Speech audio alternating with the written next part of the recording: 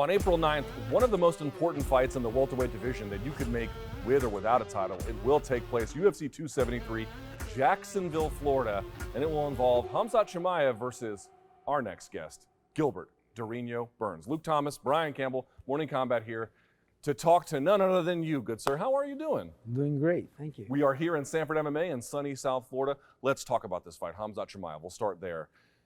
A lot of people wondering why you took it, because you seem to be much further along in your career, much higher up in the division. Granted, he's got a ton of hype from what's going on, but he's never really even faced anyone like you, much less beat you. Why'd you take it? That wasn't the first option. We want to fight Colby. That was the fight that I was looking for, but then they make the rematch. After the rematch, the fight with Jorge, and I knew it would be hard to get an opponent. And then when he beat Li Jiliang, I knew the hype was going to get crazy and no one was to fight him. And then I don't know, no one was giving me a fight. I wasn't getting a fight. I was just like, I text Ali and say, I want to fight this guy. I think they're going to offer to me, so I'm already letting you know I want to fight these guys. And we've seen the DM. Yes. We can confirm this. We want to point this out. We saw Gilbert with the timestamp from the day and everything else right after the last fight with Khamzat and Li Jiangliang. He literally hits up his manager and goes, I want it. His manager goes, why? But you did it. Here we Well, are. I'll answer it for you. You wanted it because you're a savage, and I say that as a compliment to where you are in your career at this point. Why do you think, though, the rest of the world doesn't want to face Khamzat Chimaev at this point, at this moment? A lot of guys want it. I think it's a little controversial because you see the Neil Magny say he wanted. I know they asked the fight for Vicente Luque. He said he wanted. Luke Rockhold said he wanted. For sure, a lot of guys don't want it, but it just, the way I see it, we both want to fight. For sure, he's a little bit behind, but we kind of asking to get an opponent. No one shows up. It was just like, I'm putting my hands up, the guy's putting his hands up over there, just like, I fight you. Let's do it. What is he? Give me the scouting report. Imagine I hadn't seen him fight, and you could tell me all about him. How do you evaluate him as a fighter and as an opponent? I think he's a very good fighter. I think he's wrestling. I think his best strength. For sure, he got power in his hands. When the guy has one knockout, yeah, but when he has more than one with the one punch, for sure the guy has power on his hands and he can grapple. I don't think he's the high level he's grappling, but good control, good ground and pound. I think. He has that thing that I had before. Whenever you never lost and you feel a little bit untouchable, you feel invincible. You feel like I like that. I like that confidence that he has, and I've been there. I was like that, and then I lost to a guy that was very experienced, very calm, Rashid Magomedov in Brazil. He just put me on a place that I never felt, like things wasn't working, and I think he can brought the same to these guys. Why, when you say his grappling, he's overall very, very good, but his grappling isn't necessarily there. But what we've seen, granted you're the expert, but what we've seen is he's been running over dudes. So what would you say is, give me a sense of his ground game. What's good about it? What maybe do you think is some other areas? I think he's very long, and he used that very, very good. He combined the wrestling, the takedowns with the advancing position. He does a good job. His arms are very long. He does a good job with darts and anaconda. He get those chokes very good. A good control on the top. He gets the back very good. He has a good, very easy, takes the back, controlling with the long legs. We're gonna test him on bottom. We're gonna test a little bit more defense. We're gonna test getting up a couple times. A lot of things that I want to see. If he does have the answer, like on the grappling aspect, getting up, getting out of balance, getting, attacks from the different angles, from neck, arm bars, triangle, leg locks, sweeps, get ups. I want to. Especially when you face a guy that's able to mix all of that. It's not just a sweep. It's a sweep. If it's not working, it's getting underneath. If it's not working, then we go into a leg. If it's not working, we push and we get up. Like, I want to see when the guy combine all that, how he can answer. We've seen in the news cycle, you say, okay, you respect what Chimaev brings to here, but you think you can take advantage of it. But true or false, you're bringing in some super top secret Russian grapplers, and you're not disclosing the names. They might be here. They might be hiding behind the pads. That was there. at their request, correct? They requested to remain anonymous. So what is not in your game completely that you're hoping this add to this training camp does to prepare you to defeat Chimaev? A couple things that they put on my game, especially the cage control and a lot of things too. The way I see is I need to get a long guy wrestler, like not a wrestler, not American wrestler, but a Russian wrestler with a Russian system, like trying to take me down, hold on to my legs, control long. So the way I see, I need to be in that position a couple times to get comfortable, even if it's a bad position, but I need to feel that many times in my training camp and then start getting the answers. And sometimes, first time I didn't get the answer, like, man, I feel very uncomfortable. And then I was kind of getting better into that, visualizing, seeing the position, studying. And that's what I need for these guys. Like, especially nowadays, you know, I spar many times. I grapple many times. So now what I want to see when I do have a fight coming up, I want to get as close as I can to what I'm facing. If I'm facing freaking Neil Magny, I'm gonna bring a tall. If we don't have it here, Sanford, I'm gonna bring a tall guy, lanky, moving good boxing, good takedowns. If I'm fighting Sean Brady, I want to bring a small guy, very strong, like lots of tattoos. Me, a lot of yeah, like that way. I think nowadays that I have a lot of experience to go to a camp, get very confident going through. I need to bring a guy to do very similar to things that I'm facing. Russian mystery men. I wonder if it's Khabib and Fedor. It's definitely not Khabib and Fedor. But the question I have is this. I know you can't tell us everything, but try to give us just a sense of things. What do the Russians do in terms of how they wrestle that is so different from the Americans? Okay. I think they mastering the cage control more than Americans, you know. And when I see a Russian, sometimes I think, man, those guys are very strong, they do a lot of energy. They're not. They're not physically super strong? No, they're very technical in the cage. They don't waste a lot of energy. They're very smart, and they have a little sequence. They go to a single's not working, go back to the body, go back to single. Like, it just makes you gas a lot more, and then they get good hips, good grips, good head position. It's this. I like to say they have a system that they've been doing for a long time, and it's not a secret, but they're doing that very good. And whenever they go to the floor, they positioning very good to get a ground and pound. And one of the things that we have when you take the guy down as a grappler, as a wrestler, sometimes you just want to hold control first, but then apply damage. But they do a very good thing, controlling the hips, controlling the legs. Then you don't have legs, you don't have your hips. Those are your big muscles right here. Whenever they control, then it's easy to do a ground and pound. I think they developed that system so good, and we didn't pay attention too much. I mean, we did, but a couple Russians are not that good, but we got a couple Russians like Khabib, a couple Dagestani, like Islam Makhachev, and a couple other guys, they do very good, but it's very simple they do, you know. And then for me, the difference was the amount of energy. They don't spend a lot of energy. They're very smart. Well, he's 35, but he's a young 35. can't Going to believe be it. 36 in July. I'm an old 43. And he's got 2 kids. I can't even eat out of a gas station anymore. What are the stakes, though? Because of the buzz. Okay, it's a gamble to fight this version of Chimaev. No one really knows how good. But it's clear you're being opportunistic. You want to take advantage of that buzz. Do you think a win over Chimaev gets you directly back in the title picture? Maybe. I don't think. It all depends on the performance, to be very honest with you. I would like to say yes, but maybe. Has the UFC said anything to you about it? I heard Dana saying if it makes sense the winner going to, but that opinion can change it every time. I wonder if he defeats you, he may be on the way to a title shot. Maybe, but once again, I think everything depends on the performance. If any one of us go there and do a spectacular performance, for sure, title shot. But if it goes different than everyone expecting, me going hard, he's going crazy, and then one guy getting the finish. But it might not go that way, you know. It might get a little, and split decision win, I don't think either one going to. This is to a very title level-headed fighter. Yeah. Most of the time we talk to fighters, and you understand, like it's only positive, it's only yes, it's only affirmative thinking. Wish. You're kind of, it's interesting. At 35, you seem to understand how to balance all of these competing difficulties and interests, right? He knows the business now. Do you feel that way? Like you're a senior in this sort of game, so to speak?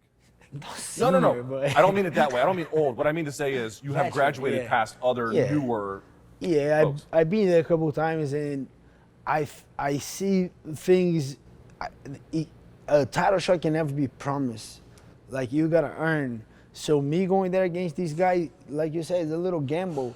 But I like the risk and I like the rewards. Beating these guys, a lot of eyes on me, a lot of people seeing beat these guys and get a finish. Title shot. If you're not, maybe Colby on the way. That's the way you see it. Did you see Colby and Jorge fighting in a steak restaurant? Right down the road. What's your take on that? Because you know where Jorge's from. You know when he says, when I see you and you talked about my children, it's on. I mean, Colby has he's been poking the bear for all this time. It was due, right, in a way. I think, yes, some crazy might happen to these guys. A lot of talking, a lot of.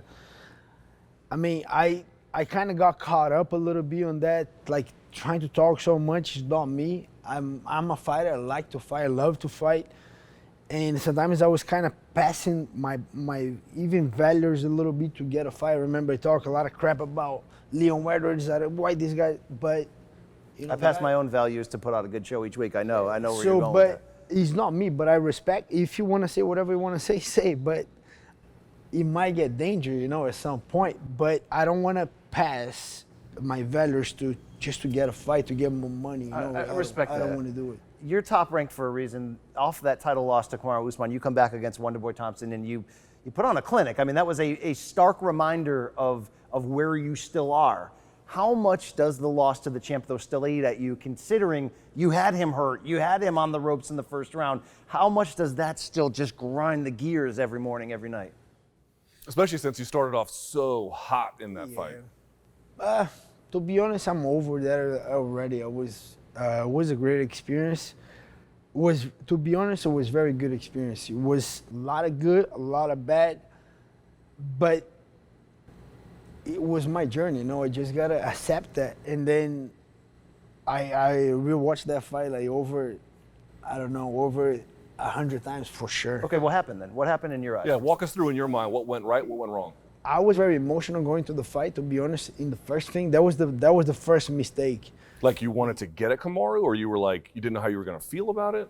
I didn't know how I was going to feel it. How I was going to feel about it. But he said something on the pre-fight that got to my head a little bit, and then I was so mad that he got to my head. What was it? Can you tell us? Yeah, he said something like. I think Brad Okamoto asking, hey, so you guys trained together so many times. So the coach saw that training, the training partner saw that training. They know who's gonna win. And then he said, yeah, for sure they know who's gonna win. And then I was like, oh, you see who's gonna win. And that, on the beginning, that put a fire on me that I thought was good, but wasn't good. That motivation come from the anger, come from the other place. A lot of people say anger is good. Yeah, it's good whenever you control it. But whenever the fight started, I want to get to him, and then I did. But whenever I got and I landed that hand, most of the times I'm very comfortable throwing, seeing you going down, thinking the next one, maybe one step back and keep that combination. Whenever I throw that right hand and I saw the other hand, I saw was a lot of anger on it. And I felt that, oh shit, I gotta calm down. But then the anger just kind of took over a little bit, and then I was very emotional. But I realized, I need to I'm out of control. I kind of felt that. And that was very hard it's kind of like a train going out of the trail. And it was very hard for me to go back to the trail. Especially, I have a couple guys on my corner that helped me to get back to my trail. That's Daniel, Kami Barzini, and Henry. Kami and Henry wasn't there because they trained with Kamaru, so as a respect, he wasn't there. So it was just Daniel to try to pull me back, and it was very hard to pull me back. And when I was out of that trail, it was very hard to come back, and then Kamaru was very smart, and he kind of took advantage on that. And I think he did a good job, but it was was just me mentally not in the moment, like not kind of clear mind of the moment, you know. Okay. In the story of your mind, because I like where you say, I think I needed that loss. Like, that's part of your story. 100%. And to hear the lessons that you learned, you executed those lessons against Wonderboy. We saw where you're at. Does the story end in your mind going through Kamaru again? Is that important to you? Not really. I have 2 goals in the UFC, and one I'm already making. That's the first goal is to fight the best guys in the world. It's not just beat this guy, get an easy fight. I don't want that. That's number 1 goal is to fight the best guys. Whenever I go out, I want to see my resume and I'm like, oh I fought everybody. like RDA, like yeah, like RDA, just like RDA. And then I'm like, oh man, that guy fought everybody. Like Vanderlei Silva, when you look at Pride, that guy fought everybody. And I want to become a champion. Those are my clear 2 goals in the UFC. Doesn't have to be nothing against. I don't have nothing against Kamaru. He was just here today. He helped me out in a couple. Did he really? Yeah, he helped me out. I'm so glad to hear that. You guys are gonna see in the video. He helped me out in a couple rounds, and we have a good relationship. And I have tremendous respect just because you beat me on a good day. I was in a good day. For sure, I was a little angry, but physically, technically, I was sharp, bro. I almost finished that guy. I remember I went out of the fight. My shin was big because of the head kick. My knee was sore because of the knee. I threw a knee on his face. Right hand, I threw a lot of things on that guy, and then he beat me even with all of that. So I have a lot of respect. It's nothing personal. It's nothing against him. I want to become a champion. If he's holding the belt, yeah, we're going to do a rematch. But I don't have that, oh, I got to beat these guys. Well, hopefully you were nice enough to say, hey, champ, the Canelo idea, not a good idea, bro. Okay. All right, just, Did you tell him that's a bad idea? No. No, Yeah. That's a payday. So It's a huge payday. Yeah, it's so a huge. why am I How gonna say about Conor saying he can beat Kamaru? I was like, well, that's another big payday. I'm happy for tomorrow, you know. So do you think Conor gets that chance? This Dana White privilege at thing? 170. At 170. not right now. He got to do a little work, I think. And a lot of people ask to me like, "What do you think about Conor?" I still think he can do very good, but he got to make a big change, you know. Like, you know what changed Masvidal? Changed when he went to the freaking The wilderness, survival. Excelon or whatever. He's kind of like a survival, right? But it's Latino survival. Right. Whenever he went out, if Conor asked me like, "What do you think?" I would say, "Bro, just freaking go away. Go to a freaking. Don't need to be a mountain, but go to a freaking mountain. Get all your training out of freaking social media, out of freaking whiskey. Go train. Go back to your roots. You know, get your teammates, get your team. Stay there for freaking 5-6 months, and I think he can come back. You know, but if you have a lot of yes men, and I don't think he's gonna come back. But if he does, if he really want that change and come back, I think he can do it. But it's a price to that, I believe. Did the loss to Kamaru, it changed your mentality? It did. It sounds like it also changed your approach to how camps should be structured. Is that a fair point as well? Like all of that stems from that one event? Yes, it changed a lot of things. I had to do a lot of mental change. First, I need to understand why he got to my head. You know, why did I feel offended because he said he's gonna beat me? Like, why should I feel offended on that? Because I wasn't believing myself or something. So I gotta dig very deep on that and understand why I feel uncomfortable with the guy saying he's gonna beat me. He's a fighter. He's supposed to say He's that, supposed to say that. Like, why I'm gonna feel offended? Because he does his opinion affect me like that. Like, he shouldn't affect. So and then I dig deep on that, and I got a couple answers. It wasn't easy, but I got a couple answers. And he changed a lot. The of best things. answers are the hardest ones to take. All right, how about Khamzat Chimaev, who is a trash talker, loves to try to use intimidation? Has he attempted at all? Is there text messages? Is he sliding in your DMs? How has that build gone for you so far? It is what it is, you know. I think I learned so much with that Kamaru Usman fight that it's going to be very hard to get a guy going through my head and change what I'm thinking. If we, like this guy, what do you think he says is going to be easy? Whatever. If he says it's going to be easy, nice to him. If he thinks it's going to be hard, nice. To get those tough answers, did you talk to Henry? Did you talk to a sports psychologist? I have a sports psychologist there. It was hard. Like, it took me, to be honest, wasn't quick. It was a process, you know. And then And then she knows me. I've been working with her after I lost to Michelle Perzeres back in 2017, Long time ago. Yeah. I think, 18 in Brazil, 17. I started working with her. She was already working with Vicente Luque, and then he approached, hey, you should try her. She's very good. And then I started working with her, and then I like it. And then after that fight, after every fight that I do, we do evaluation test. Win or lose. Win or lose, we do an evaluation test, and then we go, how was the training camp? How was freaking 45 questions, maybe more, and then how was the training camp? How was this? How was the preparation? And then how was your mentality going? And then we start finding things out. And then whenever she knew already, when she found out, it was very hard to say it to me. It wasn't hard, but I was trying to get it, but I was open, but I wasn't seeing it yet. And then she was so smart, saying me, read that thing here. Give me the good points. Give me what you understand. And then I was reading, and then, oh shit. And then I was getting a couple things, and then it took me like freaking 2 months. So because you were in, like, what was the hard part about the transition? Was that you had to reevaluate how you looked at yourself? Something like that? Therapy's not easy, dude. No, it's not. I've been in it. Trust me, it's not easy. And then it got to a point that I was overconfident going to the fight. I knew I was going to beat Kamaru Usman, and then I didn't respect the thing that he knew me a lot, and that couple of my coaches want to be there. I was a little bit overconfident. I'm just like, I'm gonna walk to him. I'm gonna throw a lot of heat on him. He's gonna get uncomfortable, and he's gonna do what? Shoot or whatever. He's gonna take me down, and then the fight's gonna start. You know, I'm gonna do a lot of offensive from the bottom, a lot of shit. That's what was going through my head, and then I never thought a good right-handed jab is gonna stop me. And then I was very over it.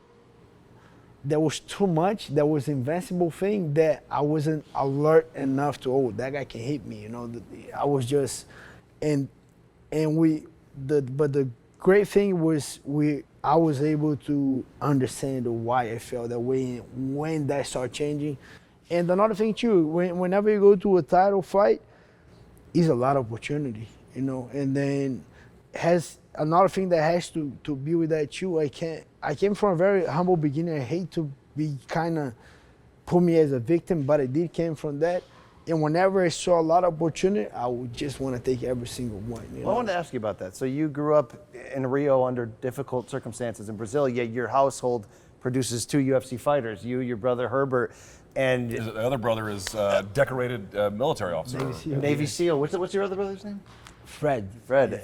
Fred's doing big stuff as well. What was it about your environment as a child and the challenges you went through that produced this thick skin, this toughness, I say it as a compliment, a savage ability to go after dangerous opportunities and achieve them? To be honest, I do believe that was the only way, you know.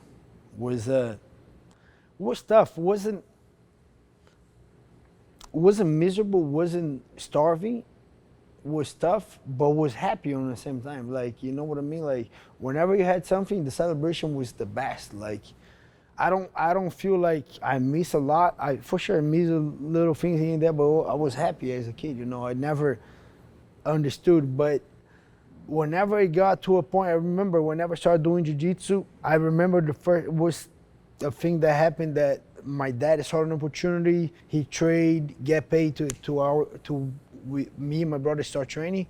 But whenever we got back home, it's crazy because I remember my dad, crazy, I was freaking 11 years old, and I remember my dad saying, like, if you really want to train, if you like it, you try to be the best, you gotta go hard. Otherwise, in 3 months, no more scholarship, I don't have money to pay. So those little things that got into you, and then I know if I don't outwork, if I don't go hard, if I don't give my best. It built the drive in you. But not to jump over that, is it true that your father repaired cars for a living, and he had an opportunity to repair the car of a jiu-jitsu instructor and traded training for his sons? It's a great dad, man. That was it, yeah. How about Pops right there? That's a great move. No, great guy. Like, a lot of ups and downs through the growing up. That was a good point that changed me and my brother's life with 3 black belts. All three of you. All I know three, the younger brother is. And the oldest one he's the one that started. Like he kind of paved the way for me and my brothers. Even that he took a different path, but that gene that took us called Oriente Jiu-Jitsu is still there, very big on Niterói, in my city, and they were affiliated with Nova União. So what happened was Tuesdays and Thursdays we started going to Nova União. Is that when Jose Aldo was there? Jose Aldo just came right a little bit after, so I saw Jose Aldo coming, but my older brother was his sparring partner from Shaolin, Vitor Shaolin Ribeiro, when Shaolin was fighting, and I was looking all that, and then I saw my brother is a blue belt, I was maybe yellow belt, orange belt, and my brother was going like slapping hands, takedowns with Shaolin. Shaolin was beating the crap out of my brother. But he loved it that my brother would keep going. Then sometimes I remember back then we had nothing, and then he gave my brother a Hunter. Remember those Hunter shorts? He gave my brother Hunter shorts. And then my brother was so happy, and then we going every Tuesday, Thursday. And then I saw T-Bao sleeping in the gym, and then after a little bit came Jose Aldo, all these guys. So me seeing these guys as very young, and another thing too, like I had my daddy for sure, and my brother kind of paving the way, kind of set an example. But I saw Vitor Shaolin training so hard, and then I was there with a freaking orange belt. Whenever they were done training, he said, "Oh, now you can come and train with me." And then he was the one that he didn't even know, or maybe he knew, but he was the one that pushed my style a little bit, because he said Vitor Shaolin. Because whenever he was done, he was always, everybody was done, that guy keep training. He keep training, and then he was, okay, now you can come and train with me. But if you stop, I'm never gonna train with you again. So he developed me going forward, try chasing, going. So you were driven. You were driven by the idea that this could be the ticket out, and if I don't give everything I have, I'm gonna lose it. Did you know it was a ticket out, or did you just like it? Both. I knew if I didn't train hard with Shaolin, he would never train with me again. I know if I wasn't working, I would lose. So it was kind of like a fear with a drive on the same time, you know. Well, you became a respected UFC lightweight fighter and one of the most decorated grapplers in the world. But that transition that happened to you upon moving up to welterweight, we've talked about a lot, especially ahead of your title shot, about what that did. Physically not having to cut that weight has to be a big deal. You know, Luke said first thing we walked in, I have no idea how you made 155 back in the day. Shocking. What else, though, about that change in your career when you went on that win streak? What else changed in your life that fueled that? Changed a lot of things. I think I was punishing my body so much to get to perform, you know. I was just killing my body. I remember I was running every day whenever I got a call that I'm fighting, and then whenever it passed, like last 3 weeks, it was every other day running just to make the weight and training. How much were you eating a day at that time? Not much, bro. Like not 1,000 much calories, maybe? Yeah, maybe a little bit more than that, but Not much. not much at all. But the stress was too much. A lot of things was too much. I couldn't get a fight. I remember UFC offered me short notice. Oh, you want to fight these guys in 3 weeks, 4 weeks, and it was a good fight. And I'm like, no, I can't. Just because you couldn't make the weight. I'm not gonna make the weight. Yeah. And then my last fight at 155 was here in Florida, and I had my nutritionist, Brazilian guy, freaking high level, Marcelo Ferro. He's very under the lights. He has Instagram, but don't use it as much. But he works on the labs. He does a lot of things. He worked with a lot of good guys in Brazil back in the days. And he saw my weight cut. And then when he saw it, he was just like, you cannot do that anymore. He said, you know what keeps you alive is your cells. And you're killing a lot of your cells with that. And I look at your eyes, and I remember my last weight cut here in Florida against Mike Davis when Jacare fought Jack Hermanson. You won that contest. I won that fight, but wow. I remember I was 180 on the fight week. For a 155 For fight? 155. And then I cut, I can sweat a lot. I do believe I can make 155. I cannot fight, I cannot perform, but go to the scale and I can make 155. I'm not gonna be able to fight. I have no chin, but mentally going to the weight cut, I can make it. So I knew I was going to make it. It was brutal, it was hard, a lot of hot baths and things. And when he saw me, he was just like, you're not gonna do that anymore. That's your last fight. And my wife agreed with him and all the coaches, and then I win that fight. And then I was just like, yeah, I'll call Ali, call the UFC, say I'm gonna fight at 170. And then whenever I make that decision, talk to my coach, everybody, hey, it's about time. No, not one coach say, you're crazy. Every single one. Finally, okay, now we talk, everybody. And after that decision, whenever I called the UFC and said that, my next fight is gonna be a welterweight, I want to change it. It wasn't like, and I back training, then I can kind of relax a little bit. My weight, always when I make 55, my weight was blowing up. Like after I just got very big, like 200, 198. Whenever I decided that, I didn't blow up. I wasn't craving nothing. I was at 190. After that, I was back in training, and I just got a call. Hey, you want to fight this Russian dude? He's even here. She's training here now, Alexei Kunchenko. Yeah, you won that one as well. Want to fight the Russian dude, 20-0 in 2 weeks? And I said, 2 weeks? I can make 170. And I remember I was driving to Orlando. My kid had a Orlando Open to compete in Jiu-Jitsu. Yep. I was driving, and then on the way we stopped, and we stopped. You know where we stopped? Wendy's? Hooters. Five Guys. Five Guys. We stop at Five Guys. What's a Gilbert Burns Five Guys burger? Walk us through. Whew. Double cheeseburger, 2 patties, and oh my liver. I like the vegetables, but I put everything. I like That's tomato. Awesome. And I was eating that burger, and the freaking Ali FaceTime me, and then I was just like, "What's up, bro? You want to fight these dudes? See, what do you think? I don't know him. No, I think he's more stand-up. Take a look." And then I took a look, and I remember literally was eating that burger, fries, and then I called Harry, and I like that fight. What do you think? 2 weeks. Uruguay. Vicente's fighting there already. Mike Perry. Let's go. Let me take a look. Yeah, and then I talked to Carl, my coach, and we decided to take that fight, and we took it. All right. It may have taken until the Demian Maia knockout win or the Woodley win for people to go, oh crap, this guy's a legitimate welterweight title contender. What was the fight for you that it was like proof of concept that you at welterweight could potentially do some damage here at the rankings? 2 fights. I don't think it was even the Demian Maia. I think it was the first fight, because in 2 weeks I beat the guy that was 20-0, undefeated, freaking Russian tough dude, in the Gunnar Nelson fight. Because it was the same thing. After 1 month, I got a call again. 2 weeks notice now in Denmark. You want it? I say, yeah, for sure I want it.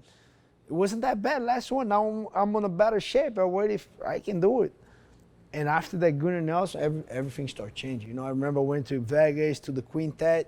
I grappled there when kicked ass too, yeah. When Kamaru fought Colby the first time, and then I was talking to Sean. I was annoying Sean.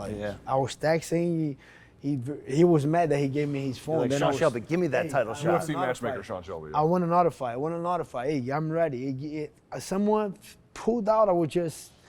And then when we were there at the Quintet, I said, bro, give me another fight. And then he said, no, I'm going to give you a ranked opponent next. Because after I beat Gunnar was just out of the fight. They put me at 15, 14. I became ranked, and they said, I'm going to give you a ranked opponent.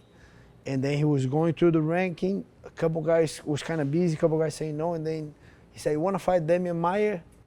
I said, for sure I want to fight Demian Maia. A lot of respect that he owed to me, but for sure I want to fight Demian Maia. I think we're going to get that fight done. And then took that November, he said that. The fight was just in March. It took a little while to they get the fight done, but the fight got done. And then the knockout was a big thing, and then the Woodley fight. But I think the Gunnar Nelson fight was the story. Then you couldn't be denied. Luke, I have to bring this up because when we walked into this beautiful facility that you did say, because you're the protector here of all things Bushido and good practice. Yeah, I just try not to be a jerk. You said, BC, you're going to have to take your shoes off. Yeah. And Luke, I live a certain style code that I didn't wear socks. Yes, it's called toe fungus. And at first I was a little bit embarrassed. But here's the thing about guys like Dorino and myself. He wears that. You're nothing alike. He wears that cauliflower ear like a badge on his sleeve because he earned it. It tells the journey of how he got here. He didn't get cauliflower ear from not showering. My disgusting toes, which were of a lifetime of climbing, of persevering. All right. When you look at my toes, what do you think, Gilbert? Besides nausea. I think you should get it done. You should go to a manicure and get it done soon. Gilbert, let me ask you two questions for me, and we could probably call here. But first thing I want to know is, you say what the stakes are here. You stop a guy like Chimaev, you stop the hype train. But there might be more to it. The odds came out, and I know you're going to say you don't care, which is fine. I'm not asking you to care. But what I would say is they have him at a minus 400, which to me seems outrageous. Now, obviously, he's running a ton of hype, and the bettors or the odds makers, they put the line in a certain way so they can get money. Nevertheless, as much as we might respect you and all the hardcores respect you infinitely, do you feel like a win like this might reassert you, not merely as a title contender, but as like, I don't know, outside of what the two guys at the top have done, Colby and Kamaru, do you feel like this is a chance to reassert yourself as a dominant force after the Thompson win, after the loss to Kamaru, like sort of really putting your stamp on the division again? Yeah, I do think it makes a big statement, you know, especially stopping this guy, not just beating, but just the best scenario that I see is that guy taking me down, and then I'm getting up, and then I'll grapple him, and then he take me down again, I'll grapple him, and then eventually getting the finish. It's not gonna just be that lucky punch, that luck thing. It's gonna be like, oh, he out-wrestled the guy. The guy wrestled him, he defended, he got back up, he did this, and then he got a finish. And then I think that make that type of statement, like, and like you said, I don't mind if people make those odds. Like, Yeah, but it that's doesn't insulting. change. Bro, It's bro, crazy. that's Look, if he was the favorite, I'd be okay with it, whatever, they are what they are. But minus 400 is just disrespectful. Yeah, I get it because Dan Hooker fought. They just put myself like losing for Dan Hooker a couple of years ago.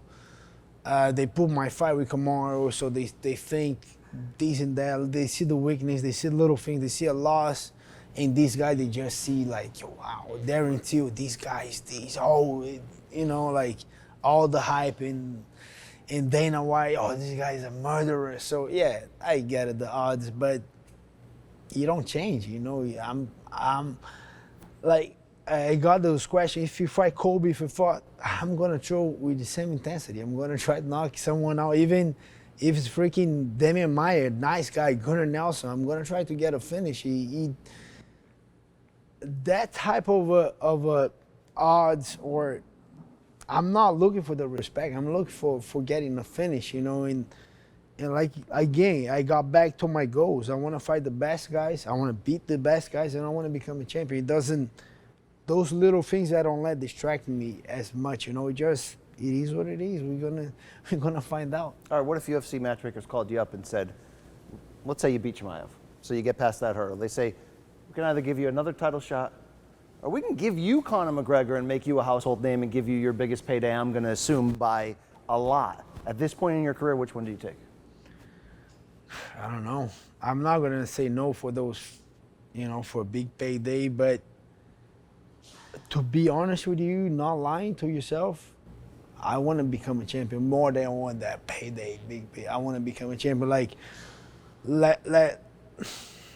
not even comparing, but let's go to a freaking Dustin Poirier position and I'll be freaking mad if instead of fight for the title, win that title, I fought Conor, make all that money, I was still missing something, you know. Like my goal is to become a champion for sure. I want to payday as well, but that's a shadow. That's not the goal. If I want to make like a big money, I'll be on freaking stock marketing. I will do something different, but my goal right now is fight the best guys in the world, and I believe Chimaev is one of these best guys in the world, and I want to become a champion. He's a real one, Luke. Remember that song by He's rare. Paula Cole, Where Have All the Cowboys Gone? They're right here. Right fucking here, all right, dude? I know you're not living for this. I know this is not why you compete. You compete for yourself and your family and all those other reasons. But on Sunday morning, after the fight, what do you want the MMA community to say about you? That's the thing. I don't. You don't care? I don't care. Like, as long as you get your hand raised, that's it. That's it. And then they can say whatever they want. A couple guys, and it's so much hate out there. You know, it's so much. For sure, it's a lot of love too, but it's so much hate. It's so much fake. It's so much that I don't expect nothing. You can say whatever you want. Like if I would change your question, like, what do I want my wife to say, my kids to say, my coach to say, my friends to say? Yes. I want it to be, man, that was a good performance. It don't matter if I lose, if I won.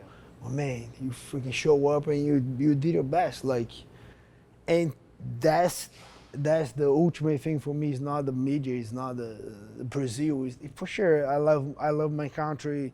For sure, I see what the media says, but this is not the most important thing. Like, the most important thing is my coach, my family, my teammates, the guys that saw all the work that I put in. I show up and those guys be, man, I'm very proud of you. You did that.